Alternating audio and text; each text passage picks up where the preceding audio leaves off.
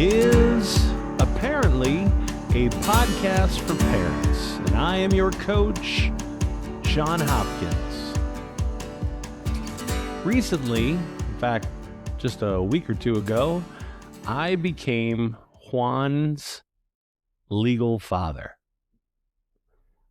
I became his foster parent in February of 2020. Since then, I've been his foster parent, his custodial parent, his legal guardian, and now I am legally his dad. That's a big sentence, and it was a big day. I'll be honest, I had a picture of what this would look like in my head. I've seen the videos, parents crying, kids crying, the whole classroom in the courtroom with the kid, hugs, applause, tears everywhere.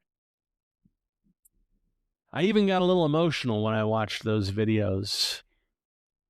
And when the day came, I did cry because it mattered so deeply to me to be his dad.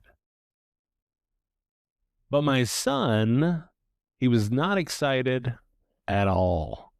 Not even a little bit. In fact, he was kind of mad. He doesn't like talking about it at all. So we don't, unless it's absolutely necessary. And that can be confusing for people on the outside, because Juan and I have a really good relationship. Every morning I wake him up and we start playing.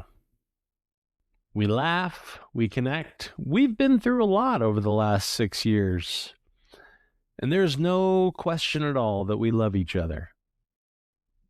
He's been in my care longer than he was with his biological family. So why would this make him so uncomfortable?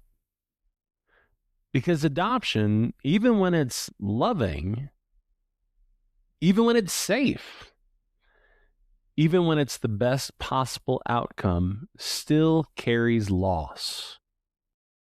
When I offered him my last name, he looked at me and said, "No, there's nothing wrong with my name." And he's right.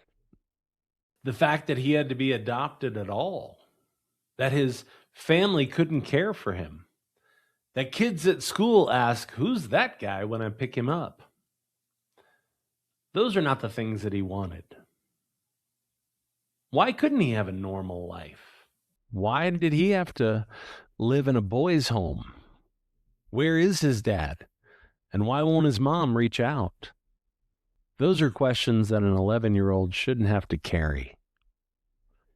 It's unfair. He doesn't deserve any of that. He deserves better. Juan deserves more. And that truth matters even when love is present. Nothing about this changed our day to day. He has a new birth certificate, but his life is still with me. Our routines didn't shift.